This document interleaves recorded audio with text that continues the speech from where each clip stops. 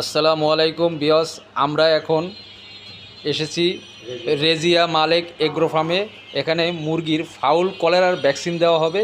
এখন এই ভ্যাকসিন সম্বন্ধে রেজিয়া মালেক এগ্রো ফার্মের কর্ণধার প্রোভাইডার মোহাম্মদ নয়ন ভাই থেকে শুনবো এই ভ্যাকসিনে কি কি কাজ করে, কেন এই ভ্যাকসিনটা দেওয়া জরুরি।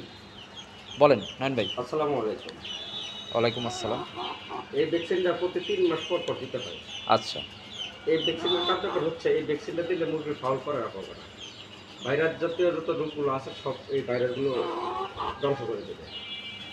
মুরগির যে চুনা পায়খানা, রক্ত আমাশা, প্লাস পাতলা পায়খানা, পানির মতো পায়খানা, এগুলো থেকে এই ভ্যাকসিনটা বিরত থাকবে মুরগিগুলো।